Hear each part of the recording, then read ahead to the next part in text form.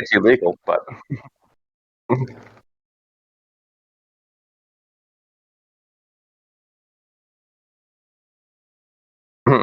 yeah. So it's probably legit, right? Um,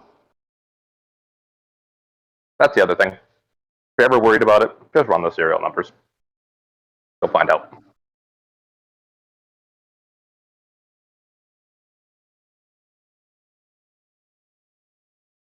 And, and, and Windows 11 is a complete fucking nightmare. Not even just for like privacy or security reasons, but because Windows 11 is very unstable. Right? I've had it hold up on perfectly working systems. I've had it crash on perfectly working systems. Right? Either way, a problem. Right?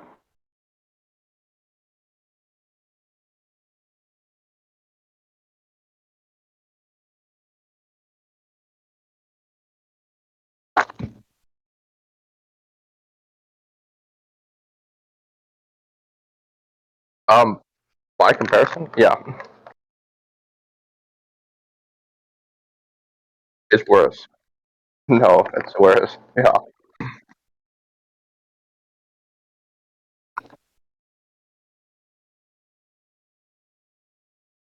not really. No,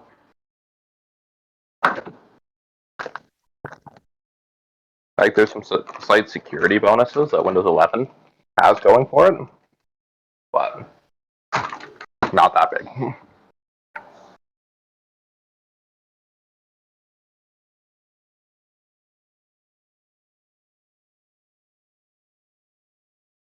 Also, Windows 10. Yeah, it's for wireless privacy, right? That's the belief, at least, right there. Um, Personally speaking, I think it's kind of silly. They're like, oh, it'll help prevent people from tracking you by your MAC address, right? And it's like, cool, cool. What if they just know you're physically present? Like, for example, right, if I'm looking at a specific pattern of traffic right there, right, depending on what applications you have sent, I can analyze just your traffic and put a fingerprint on you, right? Like, for example, let's say your Steam server is set to, like, I don't know, New York, right? Or in this case for you, it'll be Quebec, right? Montreal, most likely. Then, right, it'll be like, okay, you're gonna go in Montreal, but if you go to somewhere else and you make a connection to Montreal right there, that's pretty odd. I now know that when your computer was installed, it picked the closest Steam server to you at the time.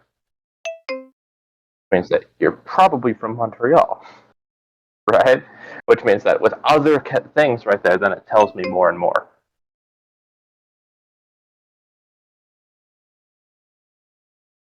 No. Any downsides? No, but it may confuse some systems, right? Like, for example, I like using what's called MAC address security on my Wi-Fi. So what that means is that every Wi-Fi device has to be approved to join the Wi-Fi, or it'll get kicked. Right? Like it won't even allow your device to be associated with the network unless you're approved. Right? That's a nice security feature. Yeah. Like you can know the password, it just won't talk to you unless you know what the right MAC address is. Also, that can be used. Yeah, go for it.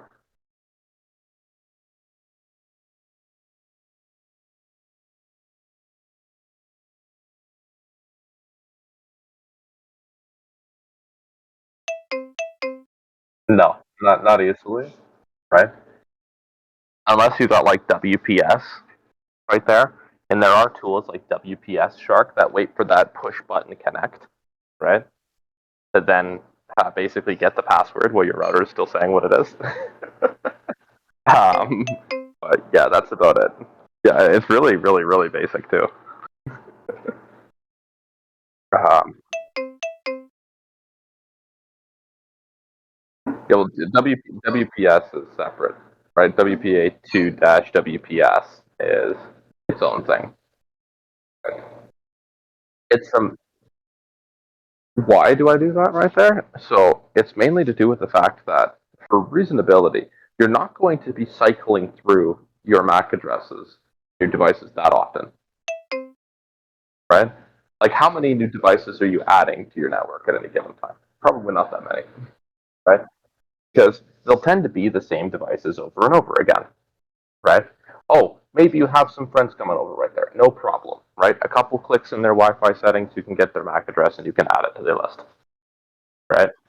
It's a few seconds right there, and then you can say whose it is specifically. So instead of it being like, oh, I don't know whose device that is right there, you can be like, yeah, my friend Jake is coming over, right? This is Jake's phone's MAC address, all right?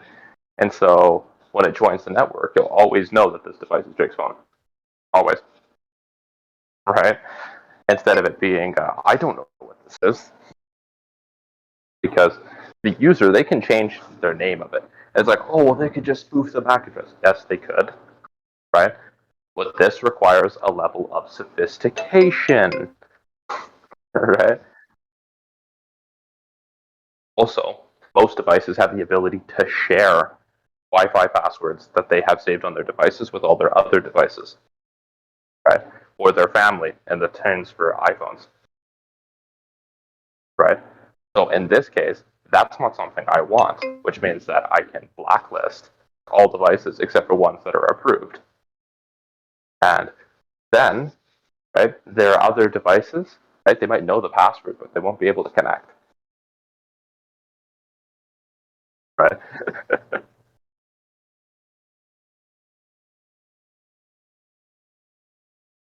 It's a nice little security feature.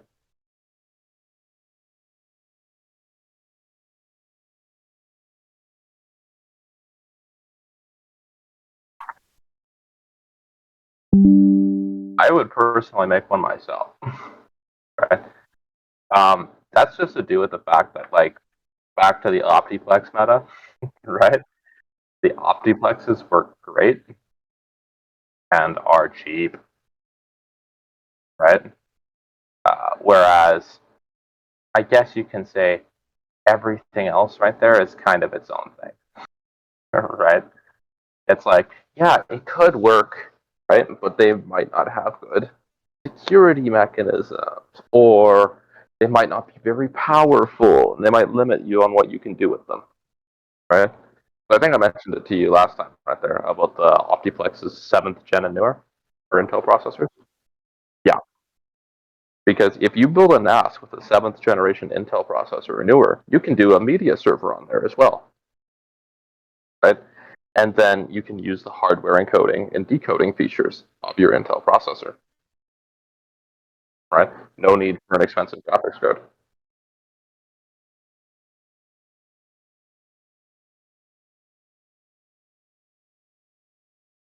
Yeah, I just literally have it on a shelf. Here, I'll actually take a picture for you of my home rack.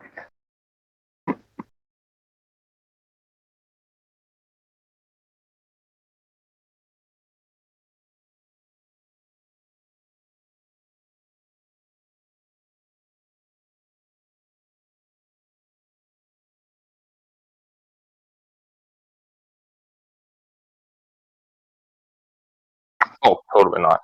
It's the processor of the router. It's just not fast. Okay? Yeah. If you want like 110% like all in one box right there, right? If you get an Optiplex, depending on the number of drives that you need, personally, I think two is plenty, right? Plus an OS drive. So look for one that has an NVMe slot, right? So that you can have your NVMe drive plus some SATA hard drives, right? And then get yourself in one of the PCI Express slots a dual network card, right? And a Wi-Fi card, right? The reason for it is that you can use your Optiplex as like the ultimate home server and router.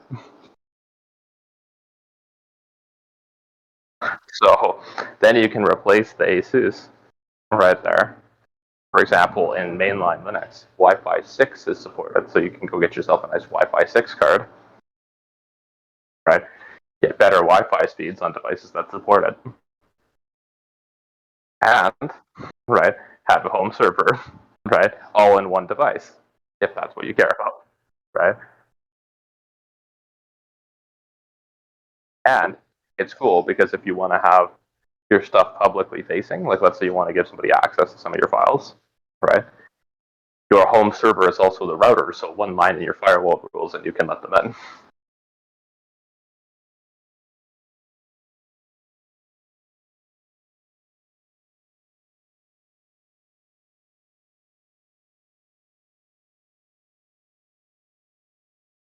Um, yeah, there are ways to learn it right there. Oh, here, let me just send this to you. Right? So here's the rack, right? Or at least part of it right there. So those the little blue system right there is the actual file server.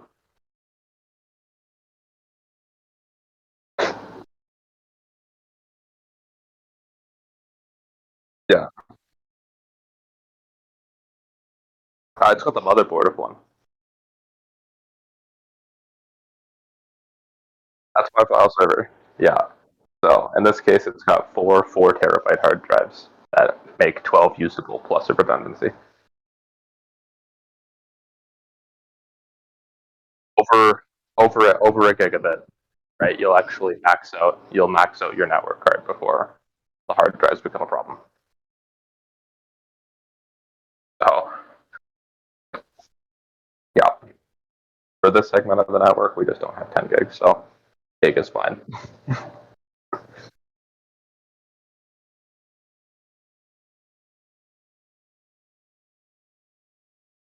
As yeah, I'll go on like tech BC probably in a little while tonight, right?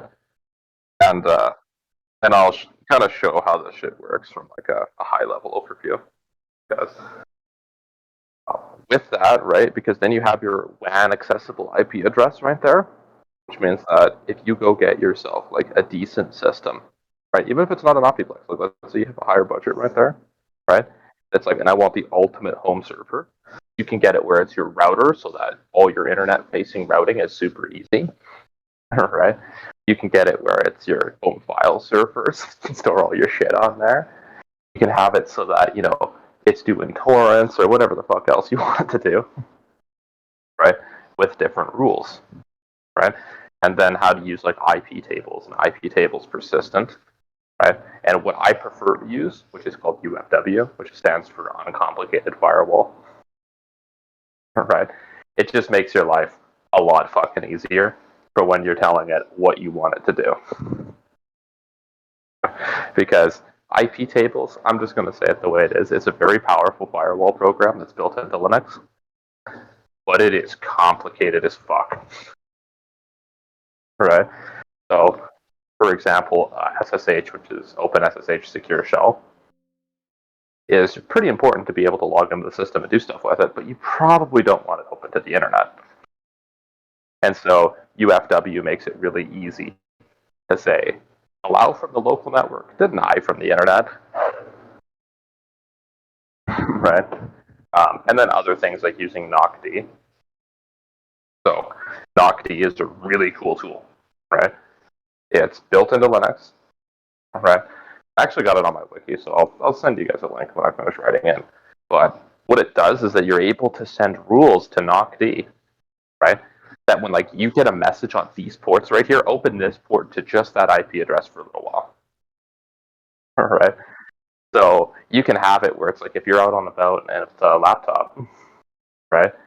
That your firewall will open, I don't know, a VPN port to your home server, right? Only to the computer that knocks the correct pattern, right? Yeah, and so then what that does is that actually conceals the fact that you're running a VPN server, right? Because the port will only be opened to the ones that knock, right? Has to be the correct pattern too. And, right, then with the VPN, you're still going to have all your regular authentication that goes into a VPN. So it's like an extra layer of security.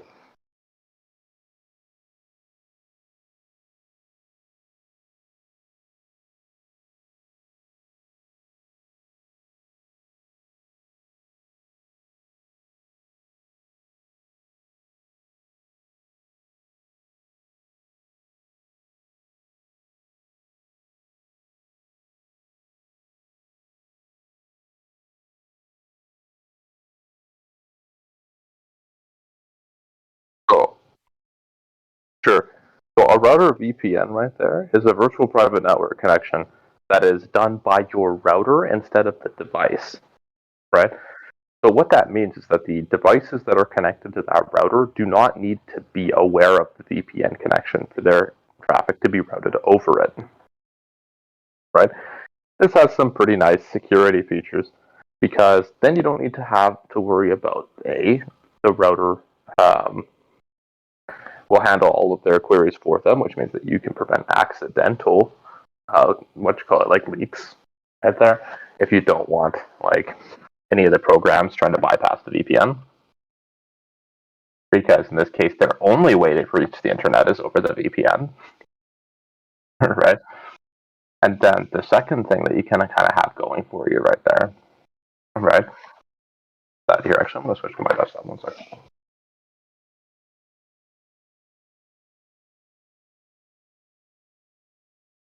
Okay, you hear me all right now? Okay, perfect. So, yeah, the first thing that'll happen, right, is that everything is forced to go over the VPN. This is a huge advantage, right? Because you don't need to worry about installing VPN software on any of the devices, right? And there is no way for software on that device to bypass the VPN. To the internet is VPN'd. It's not up to that computer. It's up to the router.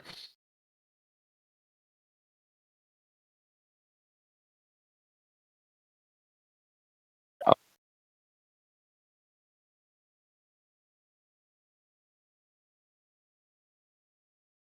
yeah, here I'll show you here. So, right, let me know if you can see that. Okay, perfect. Right, so we got our draw right here. I'm just gonna get my fucking headset on, what you call it, clogged up here, and there we go. So let's say we have your router, right, and on our other side we have our internet cloud, right, and they're obviously connected to each other, right. This is your right now when your computer, right, represented by the circle here, right, wants to connect to the internet, the router will connect it to the internet, right?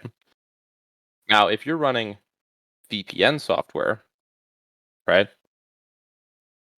then the PC will actually route all of its connections through a VPN server, but it still asks the router to take it there, right? Which means that if it's like, here, we'll go represent this over here, right? Right, right? Which means that they're still going this way, but your computer's the one asking for it, right? Which means that there's a possibility that one of the programs doesn't ask to go over the VPN and instead gets routed by your router with your public IP address, right, over the internet. When this is done in the other way, right, and then the router is the one with the VPN, right, it doesn't matter what this PC wants because this router is told send everything to the VPN server. Yeah, so then in this case, your router will use its public IP address to connect to the VPN server, right? But these devices don't get a fucking choice anymore on whether or not they use the VPN because the router says we're going over the VPN connection. Too fucking bad.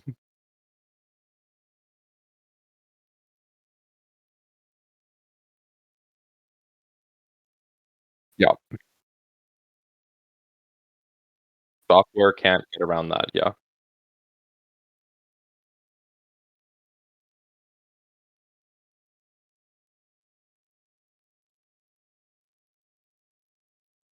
you're you just get revealed. Yeah, whereas the router right here won't do it. Yeah, so what you would configure for something like that, okay, is you would set up an IP tables right there, right, which would be set up on the Linux home server ultimate combo right there. That says if for any reason the VPN connection goes down, right, don't allow any traffic to cross the WAN from our clients, right? Because the way that this looks right here, I'm gonna go create another chart, right?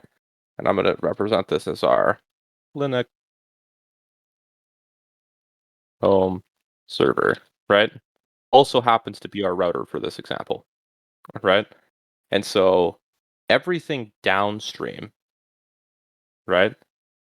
So this will be called just LAN, right? So everything on our LAN, right? This is stuff that you have on your network, right? So this could be your computer, right? So let's put this down here, right? Your PC, right? In fact, you could have several PCs in here, right? You could have a phone, right? Right? Hell, you could even have fucking right, your smart TV in there, right? These are all devices on your LAN, right? And so with the right firewall rules, right? And then I'll also represent our WAN side as well, right? So our LAN obviously means local area network. WAN stands for wide area network, also known as the internet network. So we'll put that there. So I'm just going to tell it, put a little box around this, right? And so the only thing we're trying to tell it to do, right, is that we're telling this thing, hey, I want you to connect me. Oh, hold on, let me put that back. I want you to connect me to the VPN server, right? And so the difference is that these devices aren't asking, right? Like the LAN side isn't asking for the VPN server. Your Linux computer is asking for the VPN server. And let me just send this to back. Um, and then your devices on your local network, they're not asking to go over the VPN server. They're asking to go to like 1.1 or, some IP address on the internet, right? And so in this case, this is literally just being told, don't you worry about that, right? I'll take you there, right?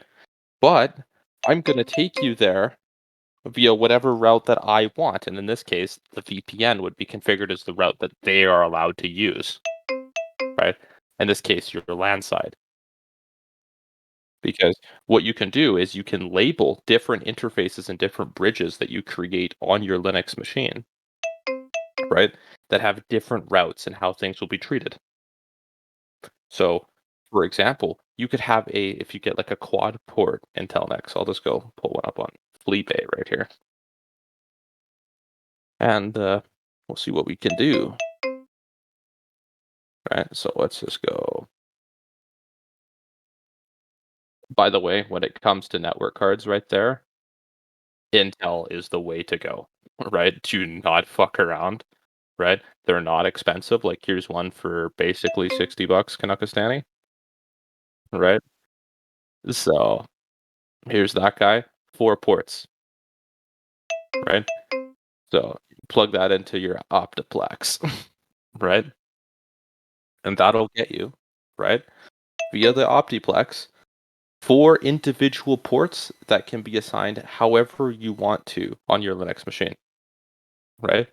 So each one of these ports could actually be their own network, right? If you wanted to handle it that way. So let's say, for example, you wanted ports 1, 2, and 3 to be part of a bridge, right? So that they all can talk to each other, right? You can, but you could be like, actually, you know what? Port number 4 right here, I want that just for the machine that you use for your betting purposes, and I always want it to be VPN'd, right? You can do that because you can tell it that this port will always be VPN'd, right? Because that's its default route.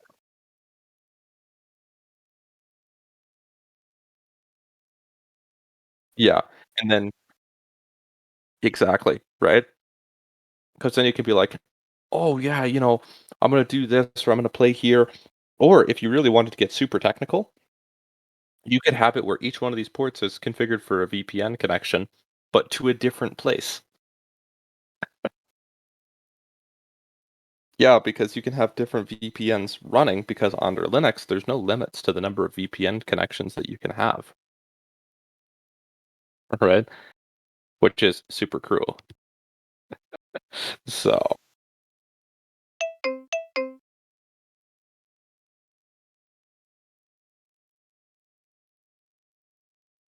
it does, yeah. But yeah, so your router will still connect over your ISP, right? But it will be the router trying to establish the VPN connection, not your computer then being routed by your router and then over the internet to your VPN. So it just allows you more control if you control the router, right? So it's like, let's just look for, see what a Dell Optiplex is going for.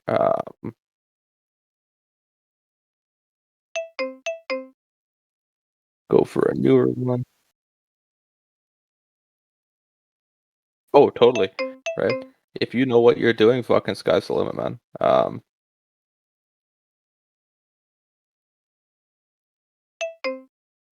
So here's one, for example, right? This is a 7500T. This is really low profile, so it wouldn't be good for our purposes. But if you wanted just like a micro home server, right? That's the way to go because it's 7th gen, right? And still very new, right? All things considered. Here's another good example right here. Right, this one's a 6500T, right? So you notice a big price difference right there, and it's because of this desirability, right? The 6th gen is less good as a home server, so they're actually worth less because of that. Um, let's see, Flex, right, and then we're just gonna go. Let's just go look like 7th gen, see if we can find that. All right, so it's probably more your style right here, right? Here's that guy. Nothing, yeah. So nothing too exciting right there, right? Um, However, right, you can put in your expansion cards, right? And then with your expansion cards, you can basically turn it into a Wi-Fi router and a home server and a whole bunch of other shit at the same time, right? And so it's pretty much like sky's the limit. Because yeah, PCs they can do it, right? That's what most people don't get, right? That like people look at it here, like so. Here we go, right? Here's this guy. So there's that top one, right? That's where we'd be putting this guy, right? Since that's the right size for that top network. Or no, hold on. Let me show you the right one here. There. So you can see it right there, right? That top card where it looks like this Wi-Fi card's installed. Oh no, in this case it's a serial adapter. That's gonna die. But yeah, then you'd put it in the top slot, right? And then we could be like Intel 6AX 200, and let's just go PCIe, right? Perfect. There you go. Go get one for 42 bucks. Right? So then that's Wi-Fi 6, right?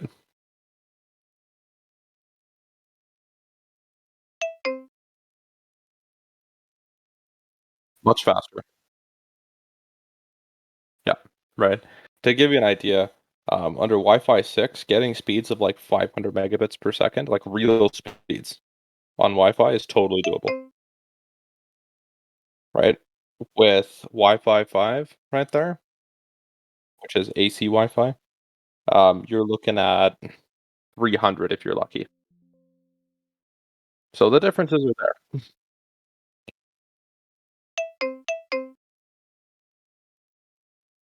This this right here, the 3000 megabits, this is always bullshit. If you're lucky, you'll cut it in half twice. So divide by 4 to get like the real speed, as I like to say.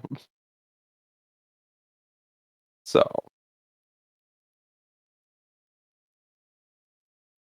yeah, that's for your LAN. So you can do things on your LAN at this speed. Now your internet, I know Videotron's like best packages are pretty meh, but because yeah. Let me just go.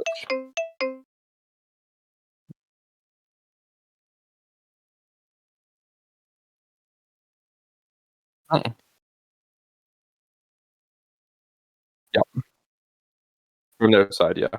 Um, okay, let's see. What are your plans? Yeah. So 60? Yeah. So yeah, so the thing is, right, you'll be limited by 60 from their end, right? Not your end. However, right, the way that I'd put this right here is just like for wisdom, right? Are you on a contract or not?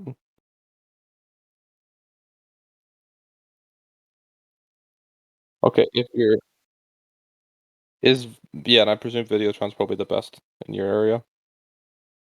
Okay. So then in that case, right, I might even just say call them, right? Because Internet 400 is 58 if you're willing to go on a term, right?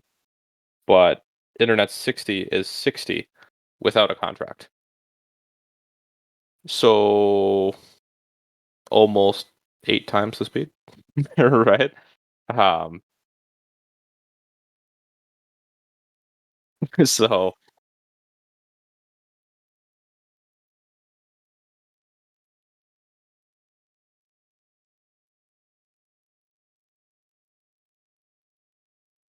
yeah, let's see more about this Internet 60, right? As a few, yeah, so up to 10, right? And then I think it was for 400 right here. Why can't you just tell me right off the bat what the upload is? You want to tell me all about the Wi-Fi? I don't care. Tell me about how much the upload is. Um,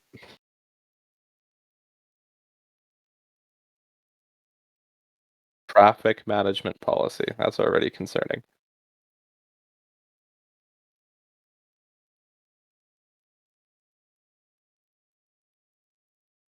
Yeah. Yeah, I'm very familiar with this type of modem.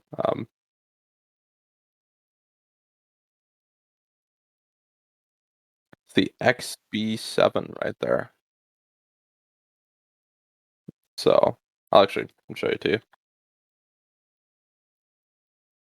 Right. So right, that modem probably looks pretty familiar, doesn't it?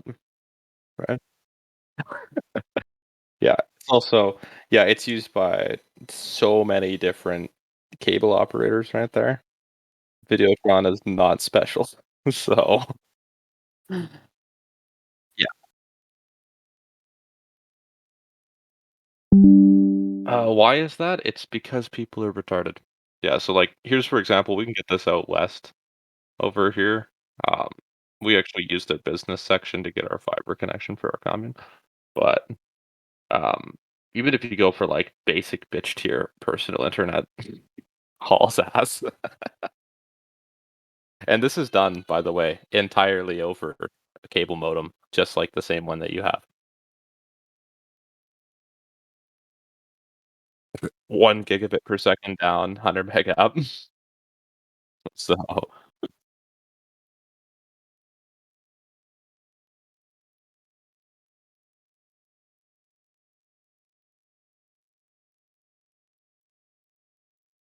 totally, right. There is real world considerations for it right here. Um, Let me kind of provide a demo for where this might be relevant. So I'm gonna go open Steam, right? I'm gonna go find something big on. Actually, you know what? I'm gonna get it's Epic. I got lots of shit that I need to download for Unreal Engine. That's huge, right? And we'll do that while we're talking, and there'll be zero lag, right? Like still be streaming my screen right here, right? Um, okay, yeah, we're gonna go get the forest landscape materials package. Add to project. Okay, so that's 14 gigs, right? So we're at 10% right now. But as you can see, we're gonna still click through. It's not lagging, right? 14. Let me just change my screen real quick. It's already done. So if I were to be like mega scans, put that in the content farm, right?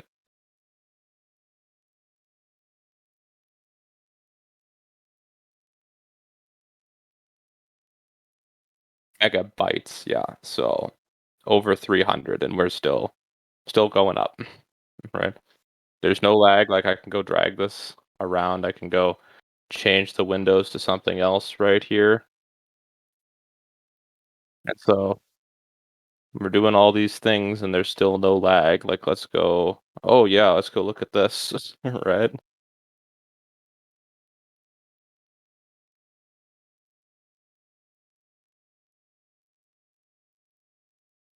Yeah, and then it's like, "Oh, let's go YouTube," right? Right, we're gonna go click on that. Instantly works. Thick green algae blankets.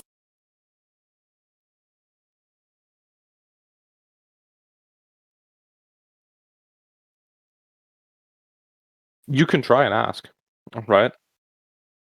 For example, I know in the rest of Canada, I'm not sure if Quebec is different on this, right? But in the rest of Canada, you have a 30-day trial at the beginning of your contract where you can exit penalty free, right? So you can try it for a month, right? And then if if you don't like it, right, you just pay for the month and you can exit the contract, right? And so that's something that I believe is the same right there, right? I would once again read the terms and conditions. Quebec's a bit of a special snowflake in this regards. Um, and then yeah, it's like I noticed like Videotron offers really cheap packages, right? Which is pretty cool, but it's like, where's the I have money and I want to pay for the fastest possible connection section, right? It's like, and it's like, yeah, these are good prices for this right here, but like for example, Shaw, right? They're not cheap, right? However, you you just go like this, yeah, I'm looking for internet right here. Let's see your internet plans, right? And it starts off with like, yeah, sure, how fast you want to go, right? We can just be like, yeah, fiber 10, 25, 75, 150, 300, 750 gig 1.5. Right. Sure. And this case, right? This is all done over the same connections that Videotron uses, DOCSIS, right? So, because yeah, it's the same modem, it uses the same technology, right? Right. Ah, it does. It's 10 gig both directions, but that's for you and everybody else, right? Yeah. This is the DOCSIS, right? Can deliver downstream data rates of 10 gigabits per second and upstream of up to 1 gigabit, right? Yeah, pretty impressive, right? That's for your entire neighborhood. That's your entire neighborhood that shares this because you gotta remember DOCSIS technology means that you're sharing this connection with your neighbors, right? So your entire neighborhood, right? If you're in the city, your entire block might be sharing one of these connections or several blocks depending on how they've have it configured. So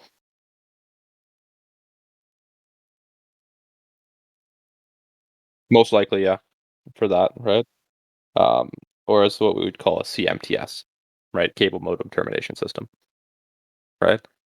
And so because yeah, they typically do it that way. Because most likely, if it's a bigger building, they have fiber running to the basement of the building, right? Which is where all of the carrier equipment is configured, right? For your entire building, right? Especially if there's a large number of units in there, as it would actually be large enough to be worth like Bell and Videotron's time to come install it. But yeah,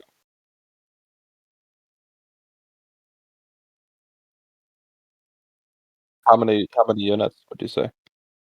Um,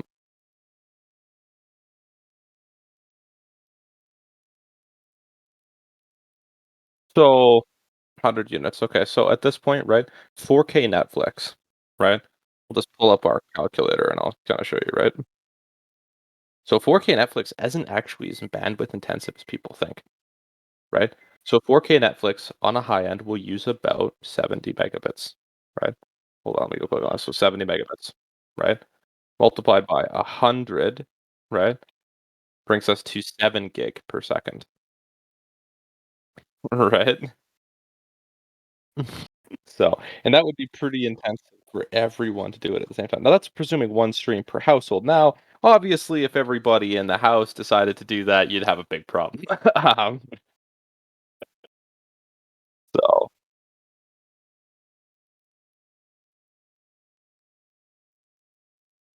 yeah, right? So, it's not as good as real fiber though, right? Real fiber can do it, and some of the shit that Bell is doing and the other stuff, it's not real fiber. It's called GPON, right?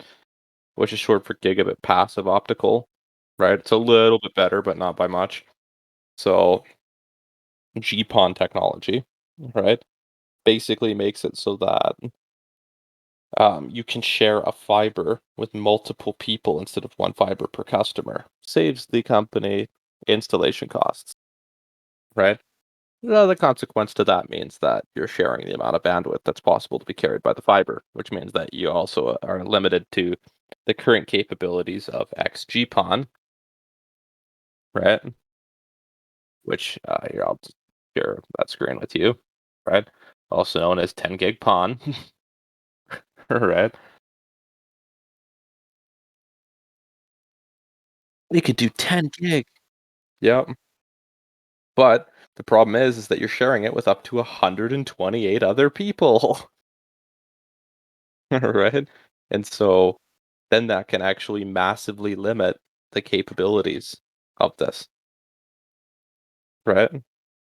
So in this case, right, can broadcast all use your same pawns, right? And up to 2.5 gigs return, right? So in this case, you can have up to 10 gig down for all users, right? And up to 2.5 gig up, but that's shared once again across 128 users, right? Now compare this to real deal fiber, right? Let's go shopping for some real deal fiber, right? So something that wouldn't even be considered that impressive anymore, right? Is like 25 gig, right? Real deal fiber, so 25 gigabit per second, right? Um, gonna mute that generic corporate music. Um,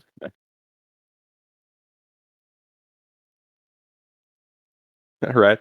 The difference is though, is that they don't want to install this because this would cost more money up front, right? It's far better than every other technology to the point where it would actually make them all irrelevant.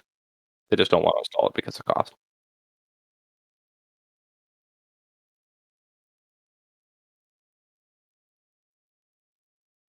Totally.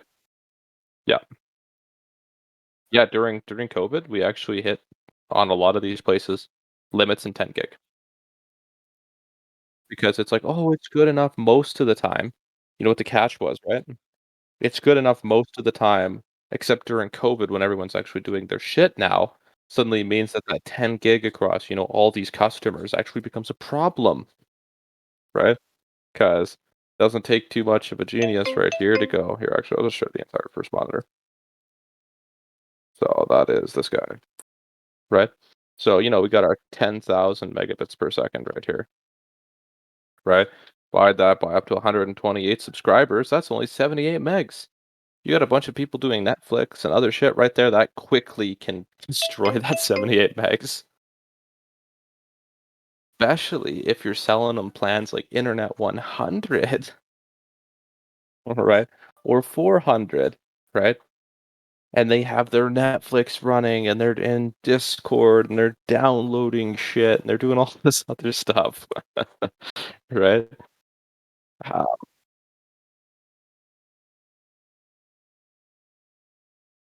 yeah,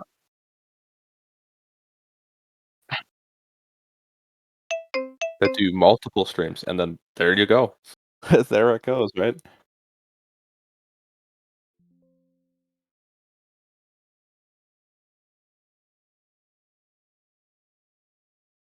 Um, in 5 years, I think it will actually become a problem right there because the increased demand for bandwidth only goes up, doesn't go down, right?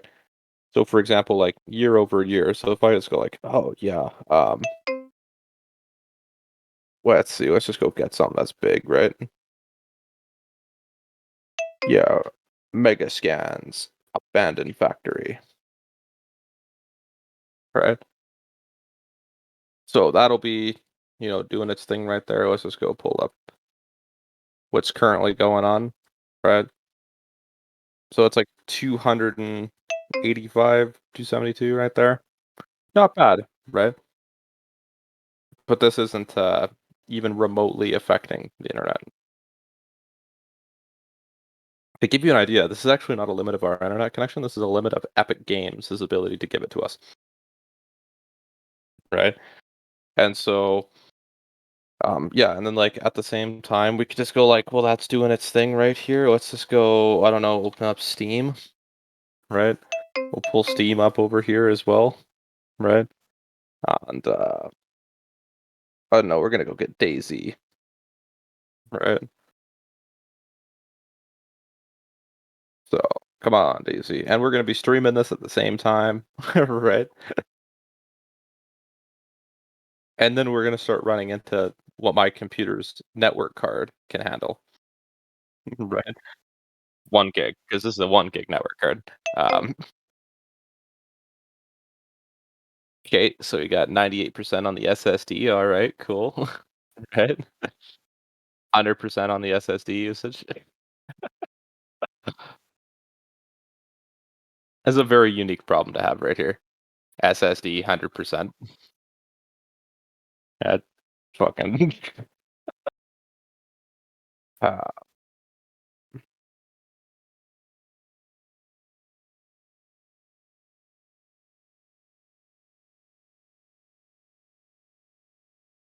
yeah.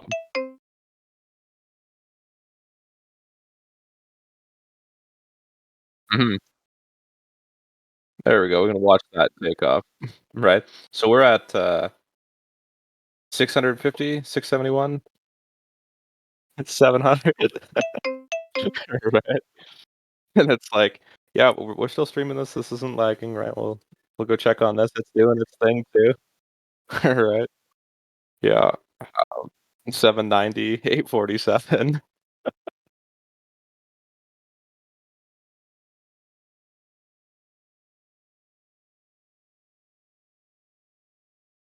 Even higher. We have 100 gig. Yeah. That's because we have a lot of people that share an internet connection here, but um, I don't know. I still find it quite amusing to be like, "Oh yeah, sorry guys. The limit is actually my computer's network card. The router doesn't even flinch." Um, Let me just pull that up here. Right. Well, that's doing its thing. I'll get signed in.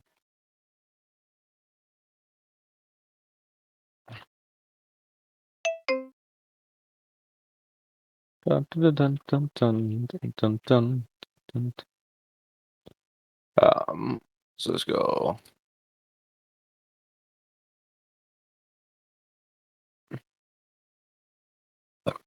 Gonna log into my machine that has access to the router, and then I'll show it to you here. But it's got tons of 10 gig interfaces, right?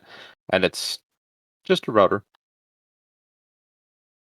Okay, click on here. There we go.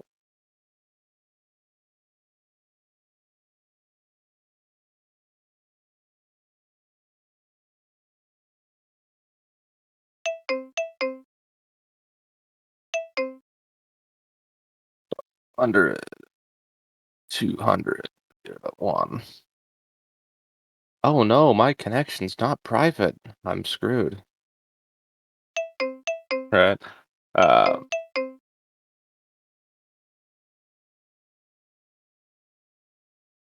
okay. That's doing this thing right there. 880 megs. We're not lagging at all. Now we're also connected over remote desktop to another computer right here. Right. Yeah, yeah. So Excuse my computer.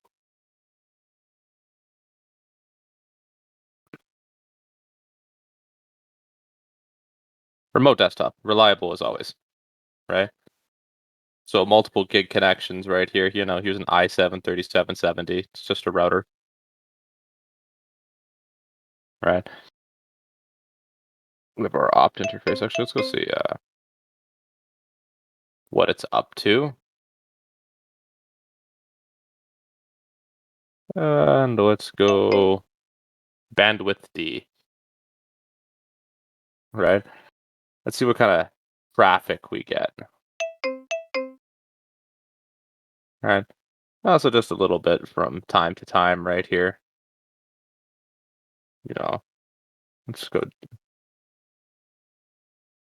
Most of it's TCP. Who could have guessed right here? That's what a majority of like internet-facing protocols use right here. Let's see daily.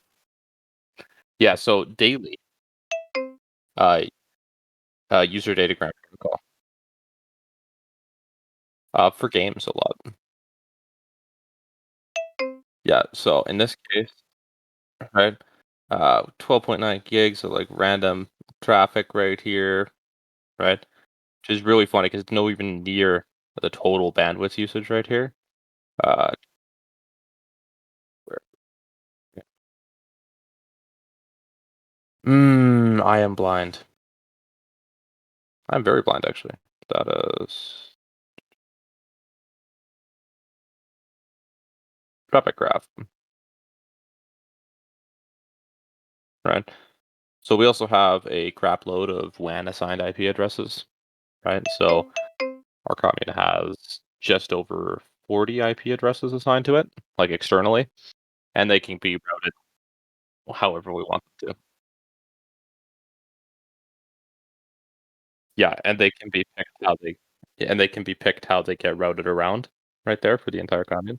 So that instead of it being like, oh, this system is here, it can actually be moved or changed or whatever just with a couple clicks on this end,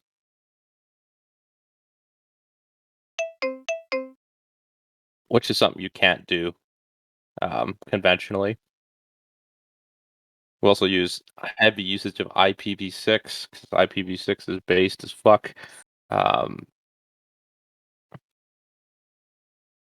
so the only yeah, go for it.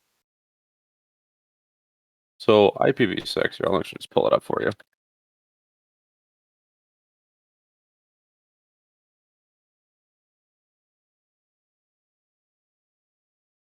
So you config, there we go. Right. So this is an IPv6 address above, and here's an IPv4 one beneath. Right. Yeah, exactly. And so the difference is that IPv6 addresses are public, right? Now we got a pretty thorough firewall, so you'll never be able to get a response from it. But um, how this could work is that if I wanted to, right, you would be able to reach this IP address, right, directly, right? Whereas with IPv4, because of the wide prevalence of network address translating, you can't do that, right? So in this case, right, what that means is like it allows you to have end-to-end communications for things like peer-to-peer protocols, right? Which is really good because things like torrents heavily benefit from peer-to-peer. And so it's also a lot faster because most of the time your router's network address translator will be the biggest bottleneck in traffic. Steam's done download Daisy, by the way.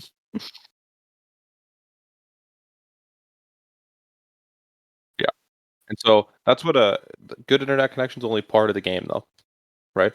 You have to have a good router, right?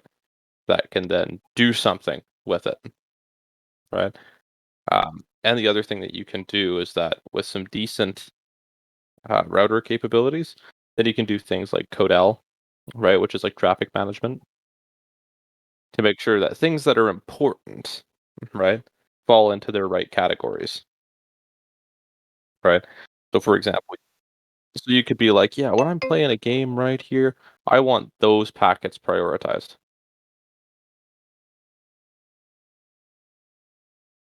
Yeah, so it's a lot more advanced than the QoS settings that would be available otherwise, and it's just to do it. Um, you can, right? But what it'll come down to is your basis router is probably not powerful enough to do them well, right? Um, Especially for faster internet connections.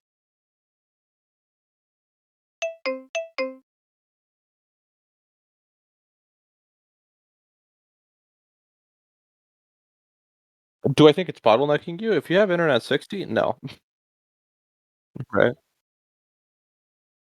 Um, if you had like internet 400, it would probably become a bottleneck, right? And then, yeah, and if you ever went faster than that in the future, it would become a huge bottleneck. But the way that I put it right there is that like what you want is if it is cheaper to go faster, obviously you should, right? Um, but you should actually try to become more reliant on things that run on your local network instead, right? Um, yeah. So for example, we have Jellyfin right here. So right, Jellyfin, it's like a media server. This is all stuff that is on like, yeah, it is, yeah,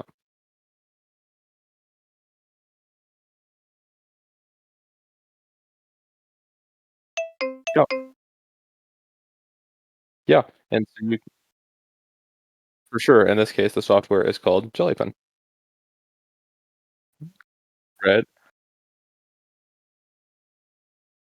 For sure, right? So in this case, this is my random fucking Yanime shit right here. I've got another one as well, but then you can do stuff with it right here. So for example, it will categorize it for you, say what they were.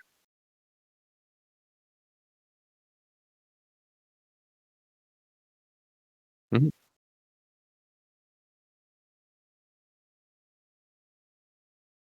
Yeah, yeah. And so then you can have all this stuff right here,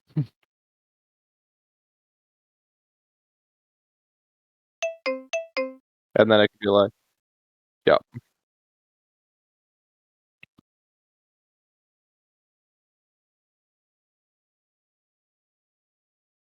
my large collection. Yeah, exactly. And so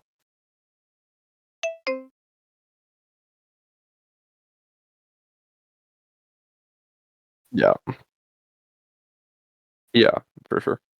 Um, but yeah, so for that kind of stuff right there, works really nicely, right? Benefits of having your own systems, right? Whereas if you had to do this from home, well, it's like, "Oh, I can stream it online right here." Sure, but that's not necessarily gonna be reliable, right? And so, yeah, like, the internet's down. Yeah, it's like if the internet's down, right, that's it, no more fucking streaming for you. This doesn't need to be connected to the internet.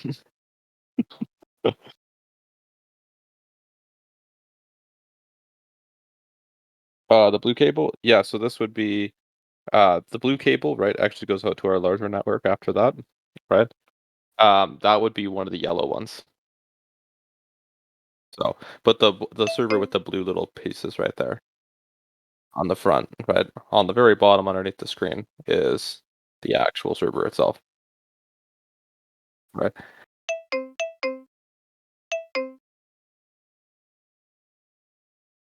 Yeah. A media server, I host all my own game servers, right? I play on all my own game servers, right? Um,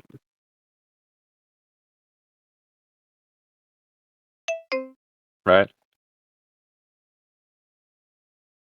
So, yeah, it's like, "Oh, I wanna play Rust right here." I can go manage my Rust server, or I can go create a new game.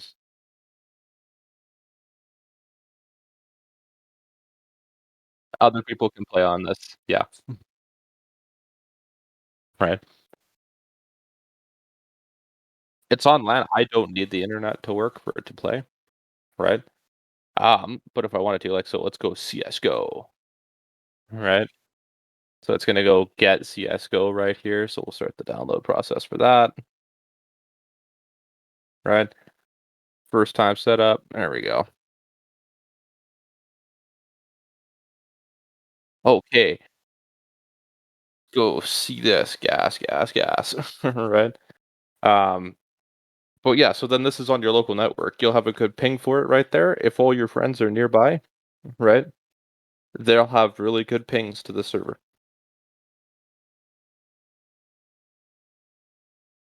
You're not gonna get disconnected. Yeah, exactly. Unless they're on your local network, right? Um, but yeah, and so the other cool thing about this is that like, if you ever play games like so for example, I play Minecraft, right? My Minecraft world can run on my server right there. Things can keep going even when you're not playing the game, right?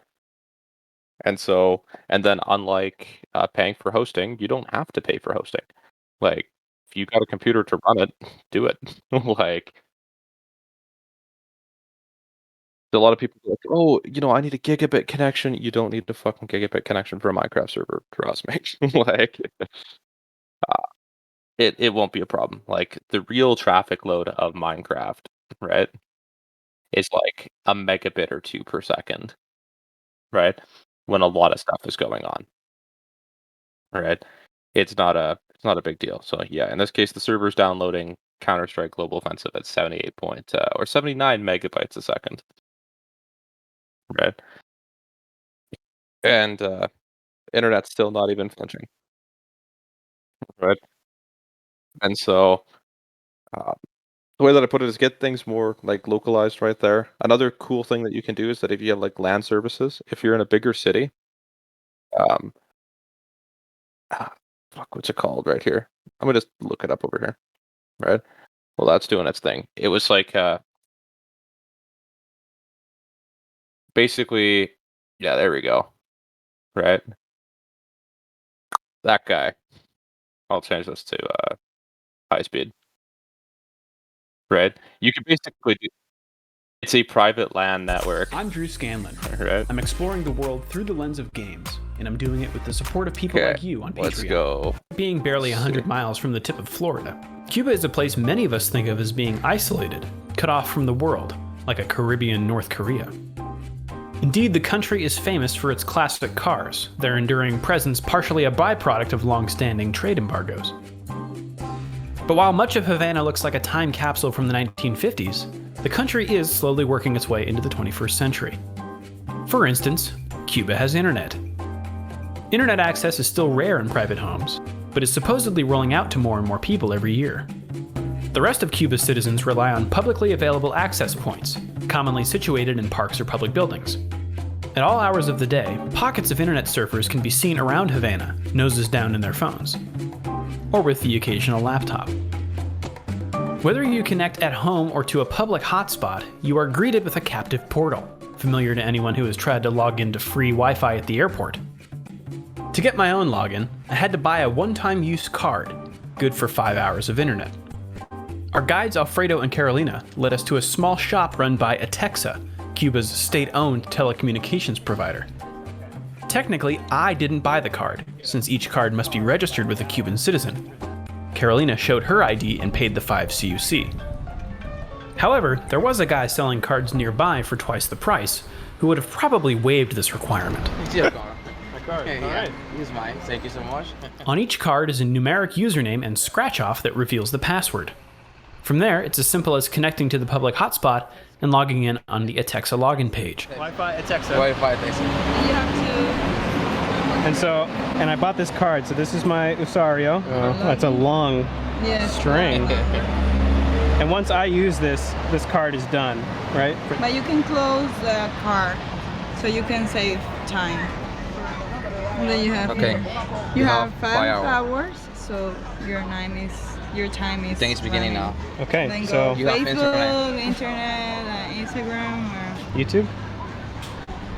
This is low, okay? yeah. Uh-huh. Yeah, That's it's low.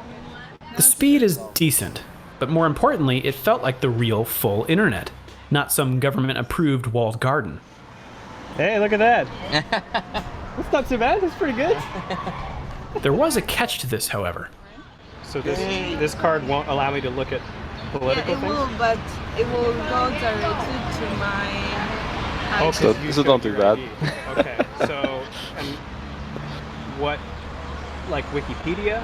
Like, Yeah, you can go on Wikipedia, but Okay. just for normal stuff. okay. That's enough, it seems, to keep the whole thing self. Yeah.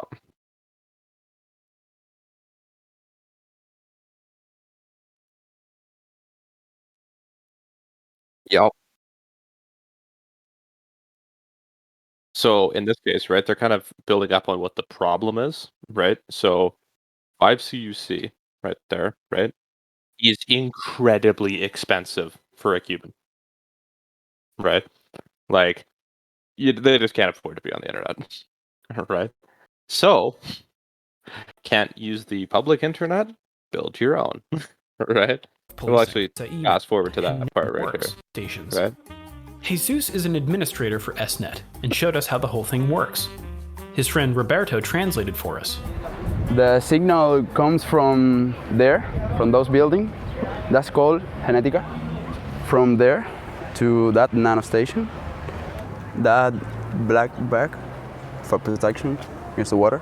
The signal with the current equipment isn't strong enough to broadcast from everybody. So what they do is they send the signal and it bounce from here to there. It's beautifully ghetto. So we can get to the whole city. Everybody can stay connected. Now the whole Havana is connected to the SNet, and you can access the Wi-Fi from practically anywhere. How many people does this tower give internet to? ¿Cuánta gente en este nódulo? 250. 250 people. Yeah, connected to this one. Several people are connected by cable because not everyone can get access to the Wi-Fi. Okay. For the location, doesn't have the money to buy the equipment, and so on. But they connected to with cable. You can see the cables here. There's extensions of cable and cable and cable to how you see everywhere. This is what they call nódulos. I don't know how to say it in English. Node, okay, like that. This tower bounces a signal to the little ones. There are like 12 towers connected to this one. It's literally pretty far. So if someone new wants to connect to the network, Que alguien what nuevo do se they quiera do? conectar. Alguien se quiera conectar, ¿qué tiene que hacer? He would have to buy an nano station and build a small tower. And he gives access to that person with an nano station. And other people can connect to him. And that's how it keeps growing. The thing most popular in the network is games. Here we love playing games. We can play a lot of games, but the one who can play in a local network, because we don't have internet. For example, World of Warcraft. Everybody plays World of Warcraft. Call of Duty, those things. That's the most played in this network. This is not professional. We invented this when I was connected. We are like 8 people, and it's all by cable. There is no Wi-Fi. Before there is the cable, we will have to carry our computers, our PC, and go to a place, I don't know, a house from anybody, other house. So we would play connected by small cables and a little switch of 8 ports. Everybody connected this cable everywhere, and the machines were like old, super old. Yeah. And it was amazing. But yeah, one day we were like playing at 4 a.m., 5 a.m. We didn't know. We just love playing games, and we were packing up and we helping each other carry our computers to each house. And one day we were at the corner of my house, and the police came, and it looks like a robbery. It really looks like a robbery. And then they came and it was like, where are the papers of all the machines and papers? Here, no, we don't do papers. And this is a long problem. They all night talking. Also, when we start to take the cables across the roof, also we have problem with the law, getting permissions to pass it, and it was really difficult because it was illegal then, but now it's legal. Now? Yeah, because we asked. Yeah. They got permission now. But yeah, so it's like, yeah. Oh, dude, it's Cuba's a relatively poor country. A bunch of dudes have a bunch of computers in their hands. It's odd hours of the night. It's like it looks like a robbery. It's like,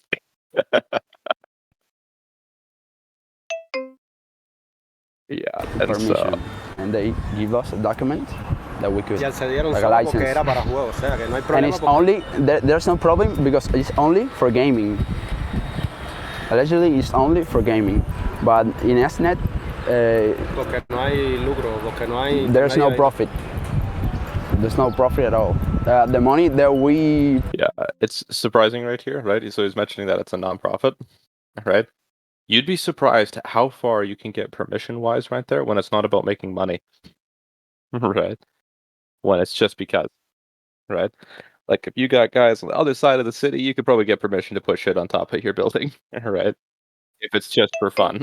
pay Maybe a little less ghetto because, first world countries, but is for in case the thunder damage the equipment They or don't. something. There's no profit at all. nope. You just buy Or the it's equipment, they tell you what you need, and you go buy it. Difficult to connect him for the place or something, and we help him because we like to add people. Que cada vez que se rompe algo lo hacemos. We then went downstairs, where Jesus and Roberto showed us the software side of things. So we communicate to this chat. Okay. It's called board chat. Those two way cables are from the tower, Okay. from the nanostation. Son lo de lo de la Zip ties, The one from the rebar, tower. And that one viene conectado. miscellaneous network switches and it rotor connects boards. to the suite. That's an station. He have to put this one in the tower to connect more people to this one because the other one is full. You put it there and point into the direction where all the people are, and it's like a radius, like that. And another one in the other direction to connect the other people. From all the people who lives there, the people from the river, everybody. Las mini torres, las torres That's pequeñas. all the little nanostations that are connected to the big one. When they're gray, when they're darker, it's because they are turned off. In that program, you can control all the other towers. That's the control of the whole network. Those people are connected to that nanostation. That's the little towers that are connected to this big Esto lo one. voy a conectar la hora que lo tenía desconectado. He just connect that person, that little tower, and now they have Wi-Fi. Parece que You see? Yeah. It's connected now. Sometimes the people that are connected to a little station, between them they have problems in the computers, in the cables, in those things, and those problems comes back to the big tower, to him, and then it starts to a chain reaction. Everybody's got a problem. If one is having issues with the computer or whatever, it's transmitted to everybody. Okay. So he disconnected him until he fixed him, and when it's fixed, he connects it again. Do people ever get kicked off of the network for bad behavior? When they start making business with profit from himself, we don't permit that. We ban them from the network. That's how we say, baneamos. We ban him. Yeah. For cheating in games, there's like 2 or 3 people that are the admins of games. There's one for Call of Duty, there's another one from World of Warcraft, and they have not employers, but people that help them to detect people that is cheating in the game. And we don't like that because we're trying to make everybody even. So if we caught you cheating, we ban you from the game. Like, not forever, but maybe in a month or two, you can play. And if you keep doing that, we just ban you and, don't know, buy another, go to other network, I don't know. It's the only one. How do people? So, pretty Chad move right there. It's like, we'll ban you. Go to another network. Oh, wait. No.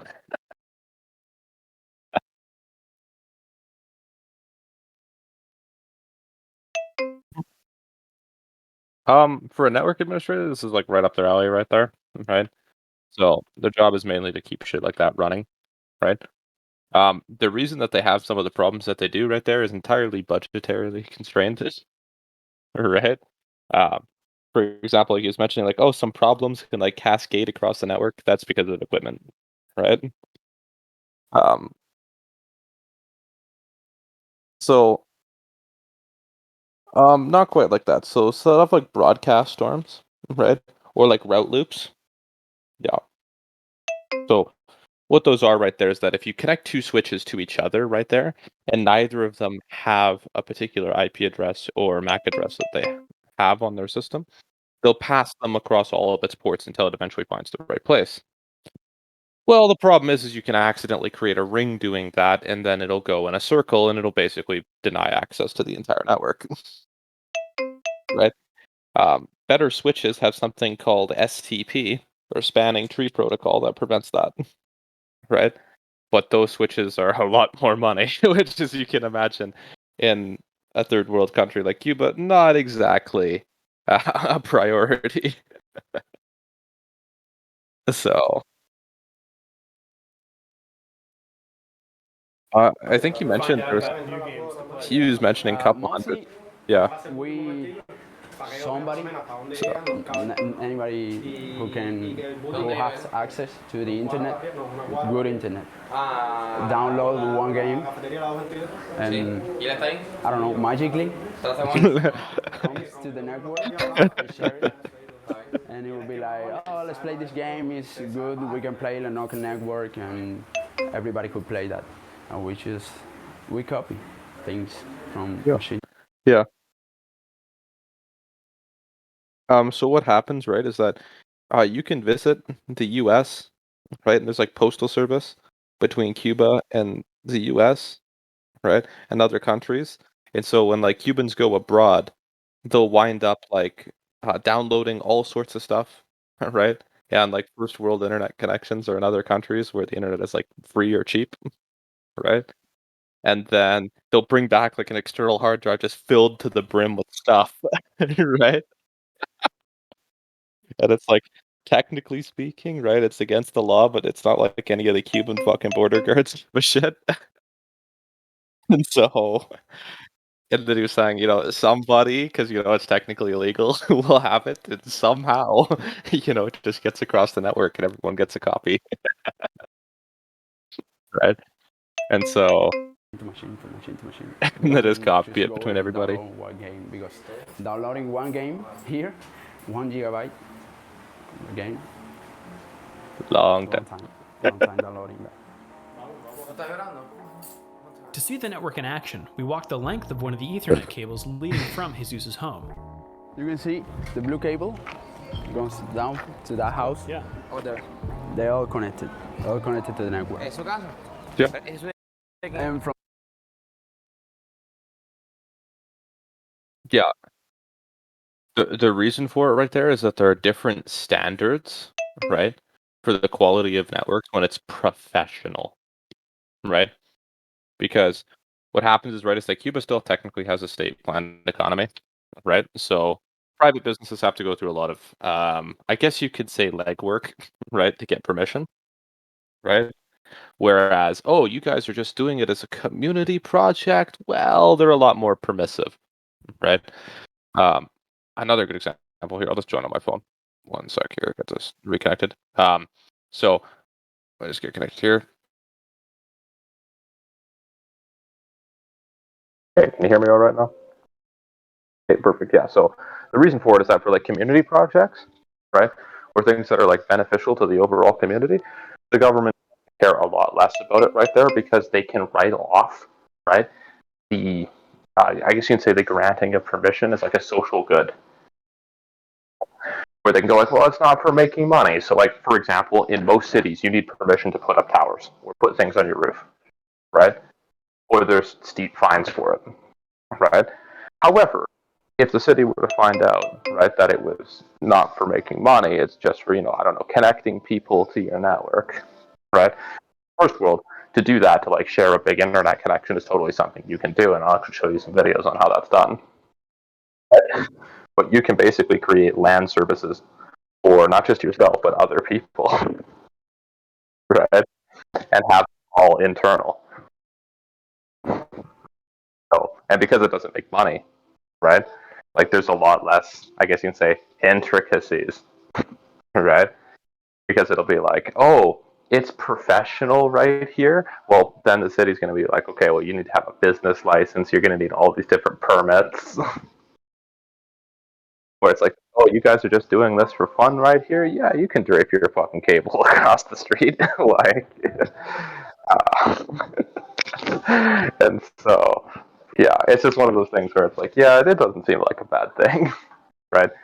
So, one of the things you could do right there is that for like Montreal, right? What it comes down to is that if there's areas that are well connected and are not well connected, right? That can be used not just for like land services. Now they're doing land services because Cuba is pretty isolated from the internet, right? But you could also use it as a community internet access point. So, because you could go get some big ass connection, right? Probably like a gigabit connection, right? And then have it like routed to the top of the building, right? And then have what's called sector antennas that distribute service all around the area.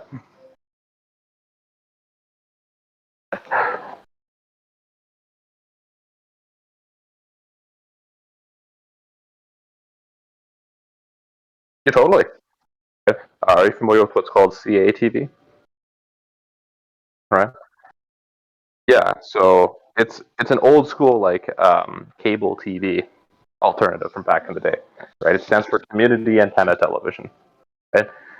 The idea behind it was that a whole group of people would come together, pay for a large antenna so that everybody could receive TV signals by having a really big antenna that would receive it and then send it over cable. Right. And so that helped finance that right there, because it's like there were some places where it's like this, yeah, we're on like a valley right here, but if there's someone had a tower up on the top of the hill, everybody could get TV, right? And so people wind up collectively paying for it, right?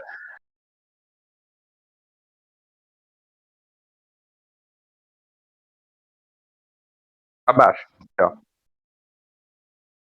exactly. And so for like a cottage or any of those types of things, depending on how far away they are, right? You can use some like really basic bitch tier stuff. Um, like another thing you could use, right? Is like they make armored fiber cables, right? That are cheap, right? We're talking like 50 cents a foot, right?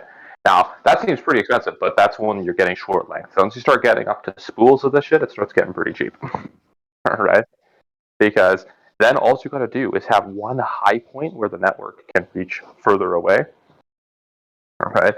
And then that's where you can all pull in signal for everybody, especially for people that like need it. Because it's like, yeah, go ahead. Mm-hmm. Yep, it is. Yep. Yeah. Uh, Mainly just exchanging files, right?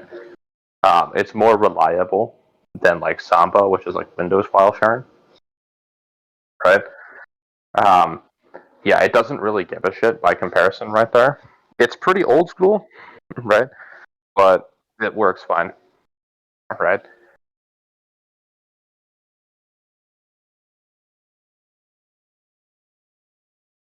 Um, no, you'd want to use Samba if it's between two computers, right? But if it's between a server and a client, FTP is the way to go, right? If you have like your NAS server, right? Right, you could use Samba or you could use like FTP or SFTP, right? Which are both just the secure version of FTP, right? And then you could use that right there because then you can have it where like multiple people are doing things at the same time, where Samba can only be used on your LAN. FTP and SFTP can be used over the internet. Exactly. Yeah. And so, for example, like for SNet, right, they're on the same layer 2 domain. So what this means is that all the computers are effectively on the same Wi-Fi network, right? This is why they have some of their problems, right? If they went for a more routed network topology, which would probably be a big change, and that's why they're not doing it, right? They would be able to potentially have different levels of performance, like higher speed areas, right? And whatnot. But that's probably expensive, right? But for example, for like a community internet access, right, or even like a community accessible network, right? For example, like TV tuner cards, right? Okay, so you can use right what are called capture cards or over-the-air TV, right? Because they still broadcast that shit, right? And like in downtown, like Montreal, you're gonna get some pretty good service, right? But you're not gonna get that in the middle of nowhere, right? Or on the edge of town. Well, you can use capture cards to record it and turn that into a network stream, right? And then you can use something called multicasting to make that available to anybody who wants it, right? And so then you could have all sorts of things right there, right? So you could have like public webcams, you can have public games, you can have public file servers, right? All sorts of things that are used, and it's like the internet right there, but unlike the internet, right? You can make it free, which would actually, you'd be surprised, will actually increase engagement. Because it's like, here, let me switch back to my PC since I got my other drink, and I'll show you what I'm talking about here. Okay, back again. Okay, so we'll go.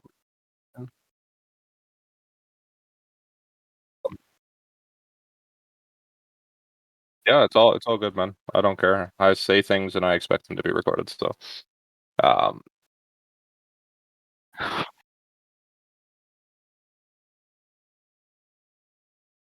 yeah, no problem. I'll show you in here, right? So, let me just launch this tool. So I'll put this on the side for a second here. Um, hold on, I'm sharing just that screen. I need to share the entire monitor. There we go. So that's that, right? So we're gonna use this tool called GNS, right? Okay, we're just gonna call this like community LAN network right here. Wait for the virtual machine that it's connecting to finish starting up, right? Um, this system right here called GNS3, right, allows you to test networks right there without even having to commit. I guess you can say to hold on, wait for that to come up, right? Without having to buy the hardware first, so you can test to see how it would work beforehand. Hold on, let me go relaunch GNS. Yeah, waiting for local server to stop.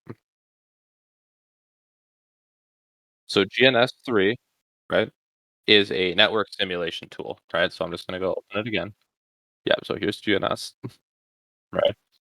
Wait for that to start, right?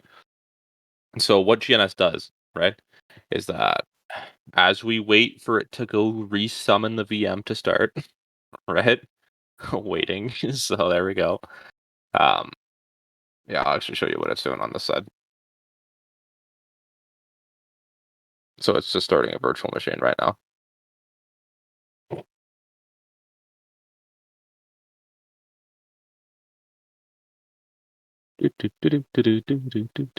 There we go.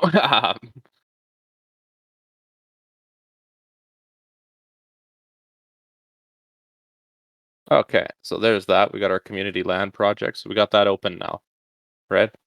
So we can be like, okay, we want an Ethernet switch. So there's our Ethernet switch, right? And then we can be like, you know what? I want some virtual computers as well, right? So this will allow us to test things like ping and all other like more normal network stuff, DHCP, right? To be able to test these things without actually having access to a computer that's running on the virtual network. So if we were doing for like a community style network right here, you can have like 1, 2, 3, right? 4, 5, right? 6, 7. 7 should be good enough, right? And then this can be like LAN.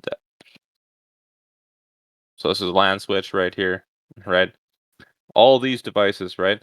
We're all going to connect them up to this LAN switch. So this allows us to not only test the configuration right here, but we can actually then, I'll show you in Microtalk's Winbox right here. We're going to use router OS. Is we can actually then configure a network and make it do things. So here's a MikroTik router. So we're just going to go summon that. Hello, GNS3BM. You going to do your thing?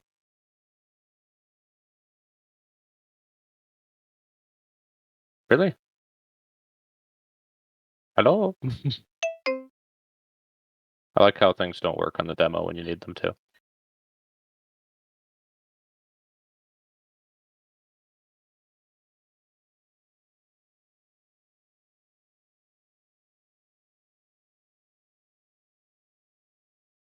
$10 CPUs, 64 gigs of RAM shouldn't be a problem.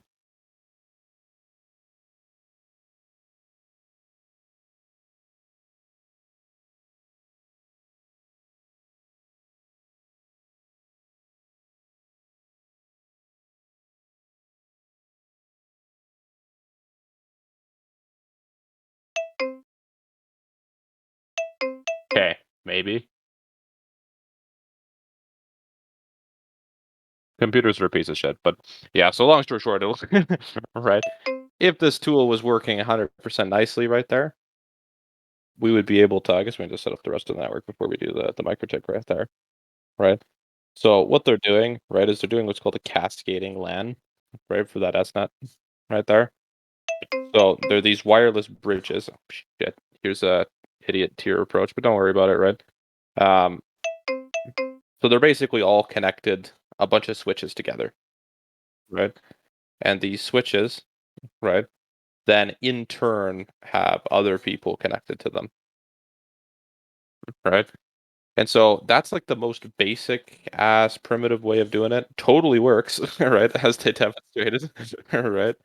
Um, the issue is that if there's a problem with the system, all of these computers will experience a problem, right? So like if we had, these guys over here, right? Then you would have a problem. And then you can just imagine the connections between these switches are based on like wireless, right? Because that's kind of how that S network works. So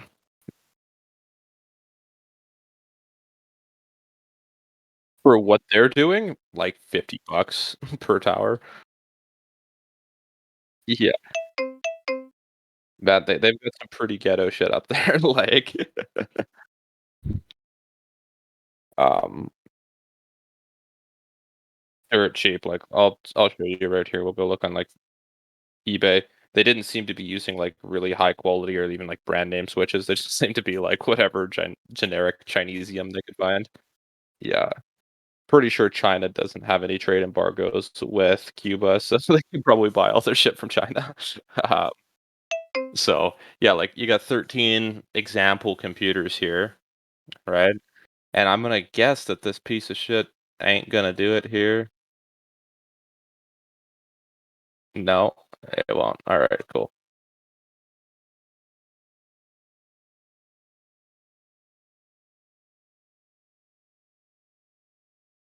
Yeah, they'll be able to, right? So if we were to take all these and we were to start them, so we're gonna start all these virtual machines, right? Yeah, these are VMs. So if I were to like go click console,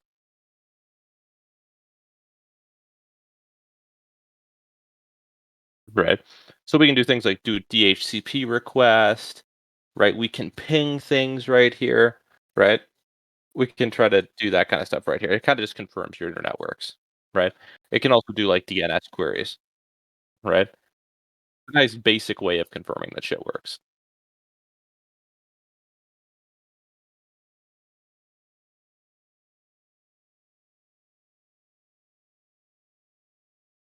Yep, this is a local area network. Yep.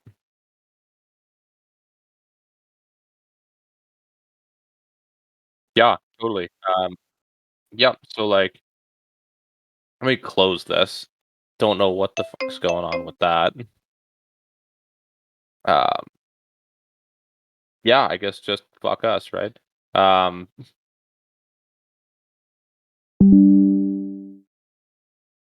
Here, let me just change my preferences. GNS3 VM. Fuck the VM.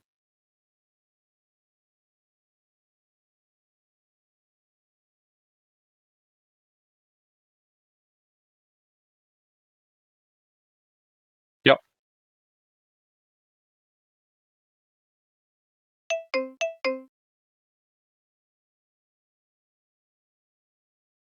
Samba, right? Samba would be the yeah, that would be the easiest. So I'll just yeah, fucking I'll show you on here. Right. Um, I'll go log into my Proxmox server here. This one has a LAN IP, but this is an internet routable IP. But this would work the same, just with your local IP addresses instead. You're yeah, so like, um, actually, yeah, you know what? Fuck it, I'll just do it on my local machine. Um, let's go find our local system here. Right, community server is .20, right? So we'll just go pull up, like putty to log into this thing right here, right? Yeah, we'll accept this. There we go, right? So we could be like sudo app and or let's just update first, right? Yeah, because yeah, Linux machine in this case. So probably have some updates. So I don't keep this machine like on the bleeding edge. Yeah, there we go. We have some stuff. So sudo apt upgrade. Yes. Right. And so the other cool thing that you could do with like one of these types of networks is like, let's say for whatever reason in the area that you were, the best connection you could get was like 15, 20, 100, it doesn't matter, right? The whole point of it is that a group of people can basically pool together right here to get a better connection, right?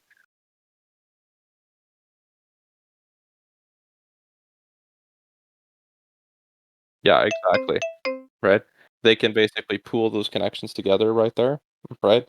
And go, okay, we're gonna share this right here. Because you gotta remember, most people aren't gonna be maxing out their connection at any given time, right? And so, because it's like, let's say it's like, the best connection you get is like 15, but you can get gigabit, but it's like 12 times the price, right? Well, if you can find, you know, 15 or 20 people to share a gigabit connection, chances are you're all gonna be able to get the gigabit at any given time, right? So,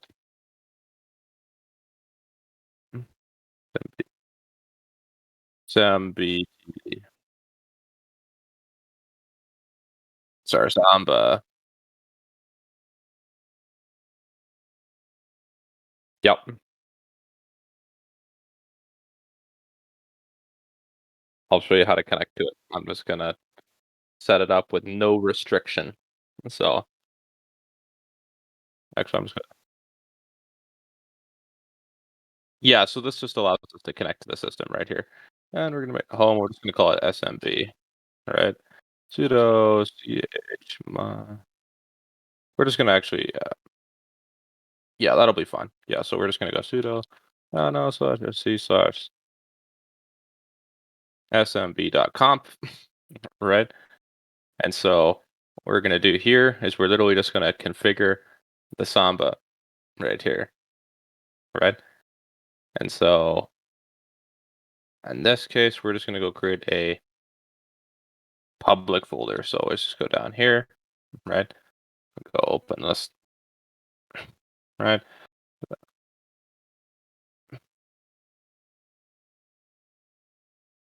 Then let me just go put this in here, right there, right? And so that's what we're going to go put in, right? We're just going to call this like public, right? So that'll show up as public. It's writable, yes, right? It's going to be in /home, right? /SMB, right? Public, guest okay, yes. Guest only, yes. And the guest account is nobody. So we're saying yes, right? And then browsable, yes. And so what we're going to do is sudo chown, right? Nobody, nobody, /home, SMB, right? And so now, theoretically, sudo service smbd restart, right? And now we should be able to mount this as a network drive on the PC. Yeah. So let me just go grab the IP address of this guy right here. Yeah.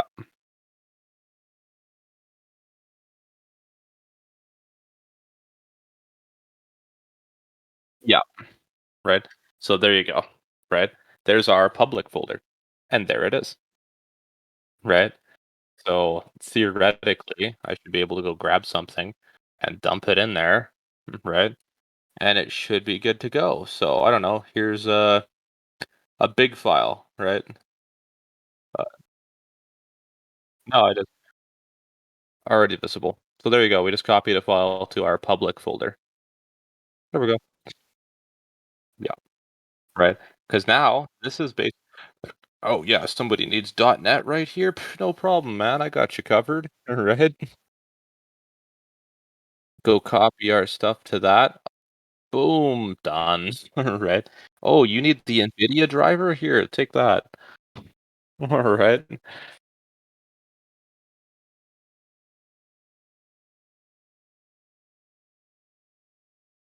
It'll be the network. Yeah. Right. The hard drive or the network, right? If it's wireless, the network will be a bit of a bottleneck, but it doesn't matter, right?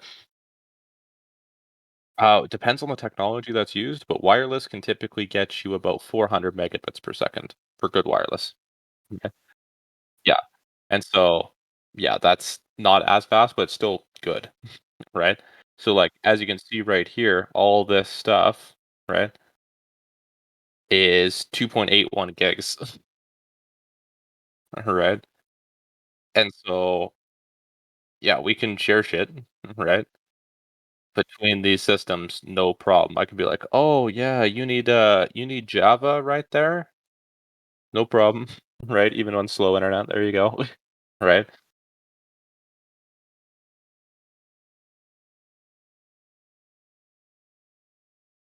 Yeah. Yeah, and, like yeah, and then, like, "Oh, here, you want Epic Games? No problem, there's Epic Installer." Right? Right? And so, "Oh, shit, you guys need, all these too? Fuck, take these." Right? Yeah, that's okay. Right? And so and then, right, another computer can just see this on the network and go click on the public folder and go grab things to and from that folder, right? And so also on our Linux machine right here, right, you should be able to see this. Yeah, you do, right? So let's just go /home/smb and there's all those files, right? And so we could even put other stuff in here, right? And it would actually say, oh, sorry, LSLA, right? So this belongs to nobody and no group, right? And then you could literally say, "Hey, right, what do you wanna do with it right here?" And we can be like, "Yeah, I wanna download stuff, put it in there." You can also use, tools like Steam LAN cache and stuff like that. which would provide you the ability to have multiple people share Steam download caches. So if your internet's really slow, yeah, so like when you go to download from Steam, if someone's already downloaded that from Steam, it won't go fetch it off the internet, it'll go fetch it from your local cache instead. So like in this case, right? Let's say your internet connected to like 5, right? Let's say the best you could get was 5, right? So you guys at the fucking middle of nowhere, wherever this cabin is, right? Like that's just as good as it gets, right? But what you can do, right, is you can be like, okay, we're gonna share 5 right here, but then with all your local caches, you can have the system that does all these things right here. It'll be like, oh, someone's already done that, right? Here's a copy from the cache, right? And it'll be at whatever speed your local network can do versus the internet, right? Which is far better.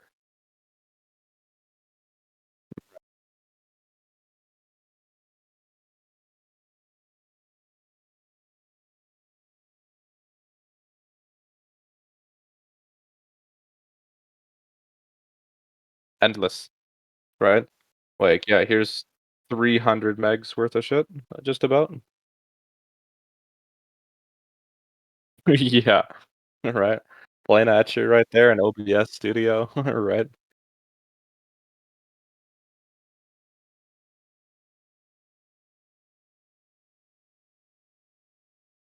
I like Jellyfin, the other good one is Plex, right?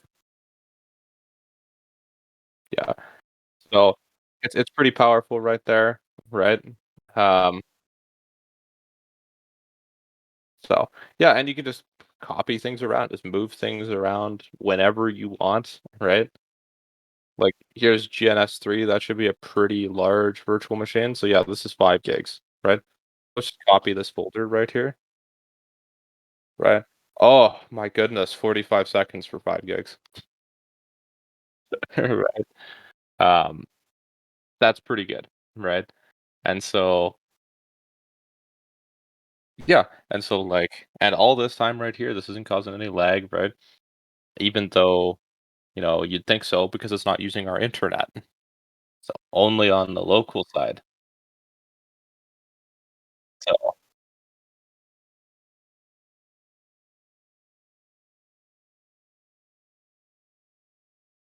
yep, it's because they're just pieces of shit, yeah. Right? That's all it is, yeah. Like, this computer ain't even that fast, like, it's a basic bitch, computer right here, you know? Yeah, Debian 11 right there, right? In this case, i7-4770, right? Dell HD graphics, 32 gigs of RAM, nothing fancy going on here, right? I personally like Debian right here. I consider it extremely reliable, right? And that's all that really matters. It's like, yeah, current. It's the current one actually. So Buster is Buster is the previous one, and then fucking what's it called? Sid is the unstable branch. Right? So, yeah, it's all Toy Story, which is really funny. Right. Also, I've had some people go like, "It's called Devian." It's like, no, it's Deb Ian, right? Deborah and Ian. Know who it's fucking named after. Like, no, Ian's still around right there. Deborah was his ex, but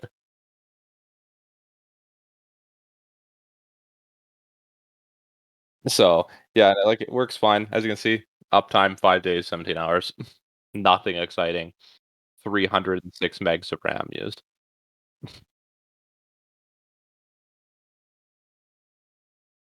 Um, I prefer to use things in the terminal right there. Right? The reason for it is that for me, I use Linux in server places, right? And so in a server environment, right, it's literally a waste of resources to run a GUI, right? But if it were like I don't know, something else, right? Like here, we'll just copy another file just for entertainment's purposes. Copy to public, right? Okay, there we go. But yeah, like if it was anything else right there, right? Now I was using it as like a daily driver computer, then yes, install a GUI, right? Um, Once you get a hang of the commands right here and you just understand where to find things, right? The console is very easy to use.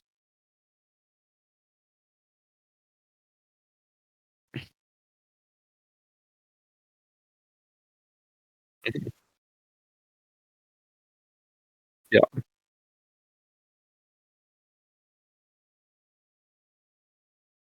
yeah. Samba and Linux is not the world's greatest supported thing, right?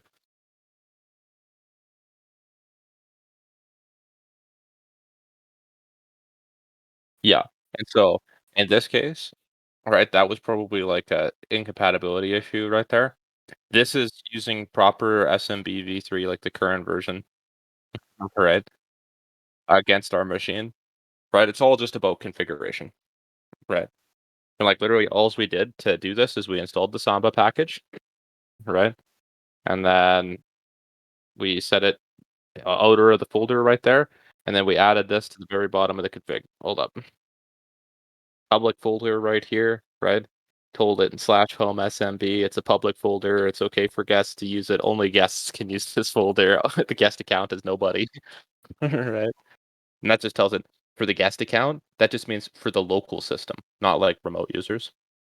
That means that that should be mapped to nobody and then browsable. What we're saying right here is that when people are looking for it, just say that this folder exists, right? Instead of it being it doesn't.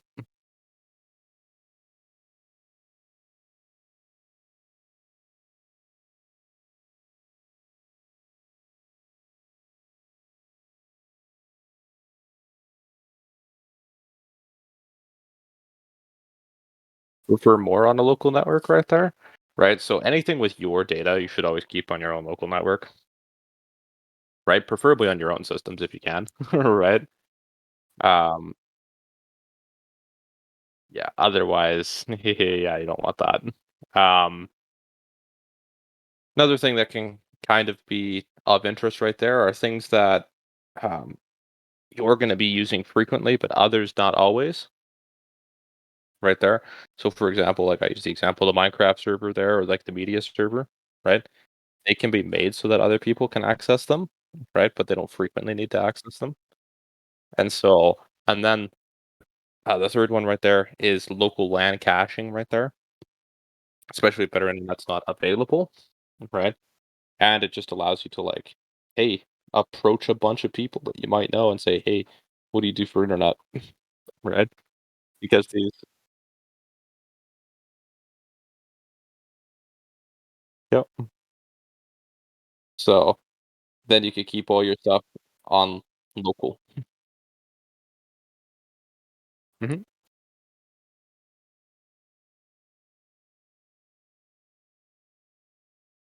Yeah, yeah.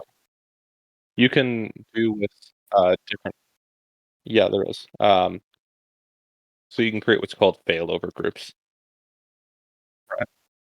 Yeah. So let me just gonna go back to the YouTube real quick right here. Go over to YouTube, right? And I'll just show you how to do it with Microtech. They're probably the best deal right here, right? See LAN, right? And so you can have multiple internet connections with different providers, right? And he'll just kind of show you how it's done right here. So he's got a couple of internet connections, right? And he's going to balance it between the both of them, right? So that when one goes down, right, it will go over the other one and then vice versa. All right, and then balance them out between the two of them. Right. And if you're willing to learn it right there, MikroTik's Router OS is the most capable router operating system for the price. Right. It is super cheap.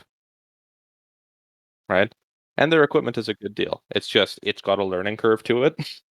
Right. because it's like your router, like your ASUS WRT router right there, will not let you do that, right? Um, but this allows you to do things that it's like this would never be seen as possible beforehand, right?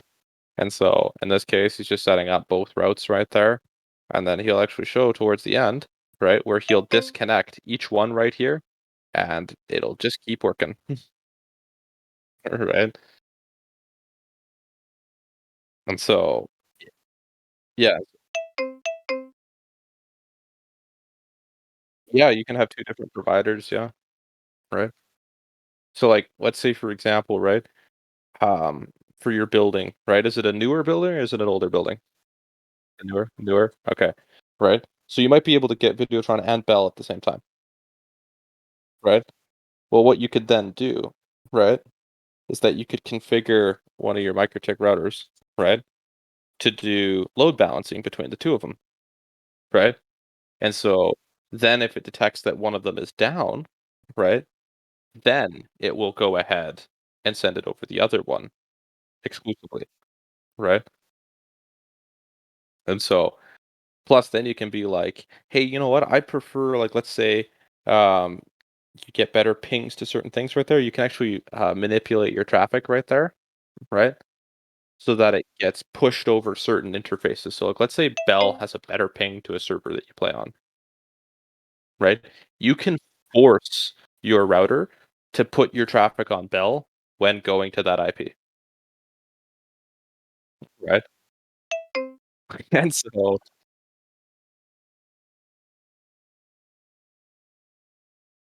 yes, right? Some providers have really good pings to certain places, and others are garbage, right? Uh,